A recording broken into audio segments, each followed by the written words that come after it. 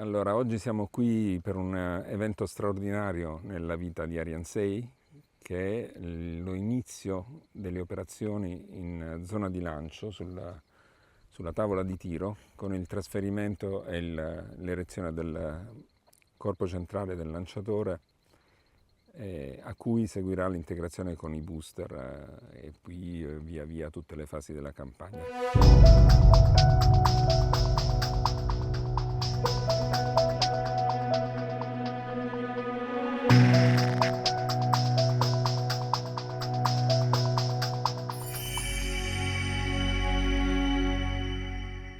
Donc au moment où nous transférons ici à Kourou les étages sur le pas de tir, en Europe continentale, nous sommes en train de terminer la qualification du système lanceur et du système de lancement. Et puis en parallèle, il y a quelques jours, au centre d'essai de l'agence spatiale allemande, nous avons réalisé les derniers essais de l'étage orbital d'Ariane 6.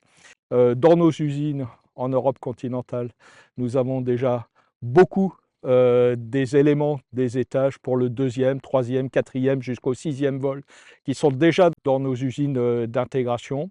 Nos partenaires industriels ont eux aussi produit de nombreux éléments, les structures principales, les équipements qui vont constituer le lanceur.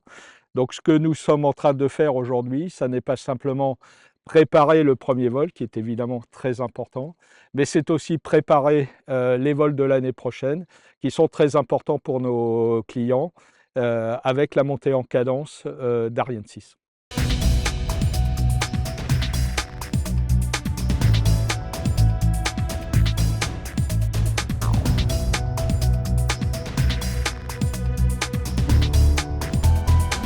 Après l'arrivée des étages en Guyane, on réalise un assemblage en horizontal des étages au bâtiment d'assemblage lanceur.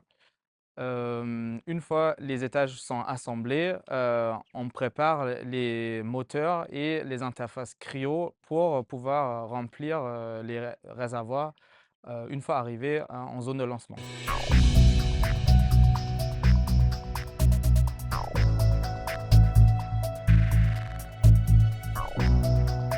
On est ici en salle 22, c'est la salle la plus grande du centre de lancement et c'est la salle où tous les soirs on fait la réunion d'avancement. On a tenu dans cette salle la CRR, c'est la Campaign Readiness Review.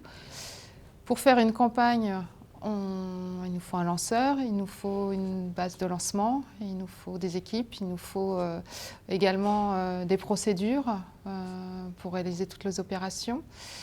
Donc pendant cette CRR, on va s'assurer de l'aptitude à la campagne du lanceur et on va s'assurer aussi de l'état de préparation de l'ensemble des éléments qui nous sont nécessaires pour dérouler la campagne.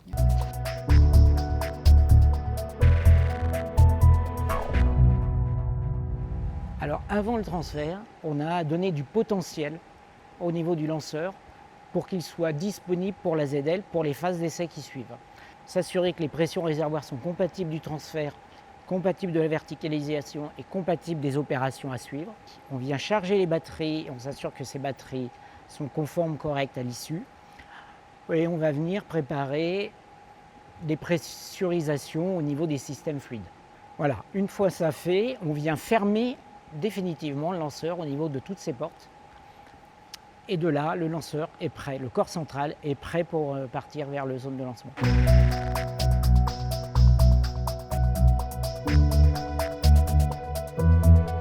Nous sommes là, donc actuellement là, dans la phase finale de vérification de tous les moyens de la zone de lancement pour recevoir le corps central qui va arriver demain matin.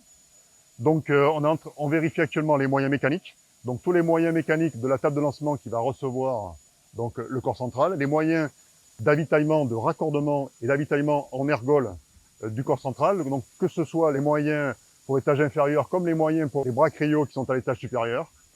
On prépare tout, donc on vérifie les moyens mécaniques, les moyens fluides, donc conventionnels, azote, hélium, air, et les moyens cryotechniques qui vont acheminer les ergols, l'hydrogène et l'oxygène. Donc on vérifie les assainissements, la propreté des canalisations, donc qui a été déjà vérifié plusieurs fois, pour être sûr que dès que le lanceur va arriver, on sera prêt à le raccorder.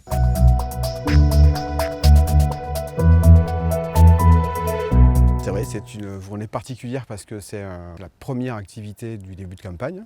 Voilà, mais elle utilise surtout un moyen que j'ai développé personnellement, qui s'appelle le TCC. Alors c'est le transporteur corps central. C'est assez innovant, il n'y a pas beaucoup de systèmes de lancement qui utilisent ce système. Donc une particularité de ce moyen de transport, c'est de pouvoir être guidé de façon automatique. Donc on ne voit pas de rails, mais en fait il y a des rails. Ils sont donc insérés dans la chaussée et c'est des bandes magnétiques. Et le système est donc capable de suivre ces bandes magnétiques avec un détecteur et de corriger automatiquement sa route. Je suis parti de la feuille blanche sur ce projet-là, donc avec les équipes CNES et puis donc un industriel après qui a été choisi qui était APCO. Et donc c'était un vrai défi de transporter un corps central de 30 mètres 40 tonnes donc à l'horizontale et de le verticaliser. Donc pour moi aujourd'hui oui, c'était bien de voir le résultat final. Donc ouais, c'est chouette.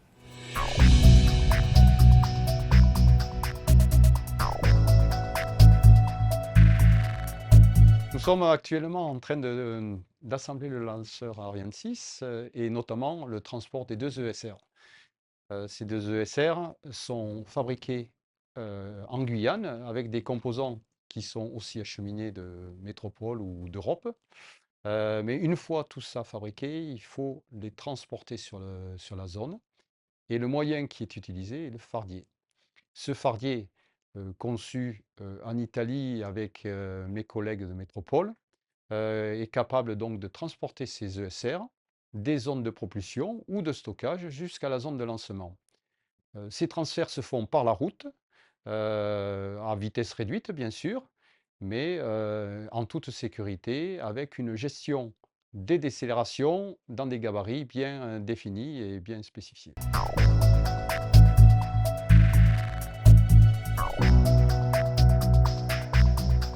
C'est un jour important parce qu'aujourd'hui, on a un lanceur sur le pas de tir qui n'attend plus que la partie haute. Donc la partie haute, elle va être constituée par l'ensemble des passagers qu'on embarque sur cette mission et la coiffe qui va les protéger pendant le vol. C'est l'aboutissement d'un travail de préparation de mission. Donc la préparation de mission, ça veut dire sélectionner les passagers qu'on embarque sur ce vol. Donc il a fallu travailler pendant 2 bonnes années sur le scénario de mission, puisqu'on doit répondre aux besoins de ces satellites, mais aussi à des besoins de qualification du lanceur. Et en particulier sur le lanceur, on va avoir une phase dite de démonstration pour tester ses capacités et le comportement de l'étage supérieur, donc étage supérieur cryogénique et réallumable. Donc le réallumable, c'est la nouveauté sur Ariane 6 par rapport à Ariane 5. C'est ce qui va lui permettre d'avoir de la versatilité pour faire des changements d'orbite, des changements d'inclinaison, donc répondre à des besoins de différents clients et en particulier qui nous permettra de répondre au mieux aux besoins tant commerciaux que scientifiques. L'accès garanti à l'espace pour l'Europe, c'est quelque chose de crucial pour servir les besoins, d'abord les besoins institutionnels, qu'ils soient de défense, qu'ils soient de télécommunications, militaires, d'observation de la Terre. Et Ariane 6 est le lanceur qui a été développé tout d'abord pour répondre à ces besoins, mais aussi pour le marché commercial d'abord en Europe et dans le monde. Il y a d'ailleurs un carnet de commandes plein. Donc on commencera par ce premier lancement et une montée en cadence progressive pour arriver à une vitesse de croisière pour répondre à tous ces besoins dès 2025-2026 et comme cela avoir ce lanceur opérationnel qui restaure l'accès à l'espace pour l'Europe.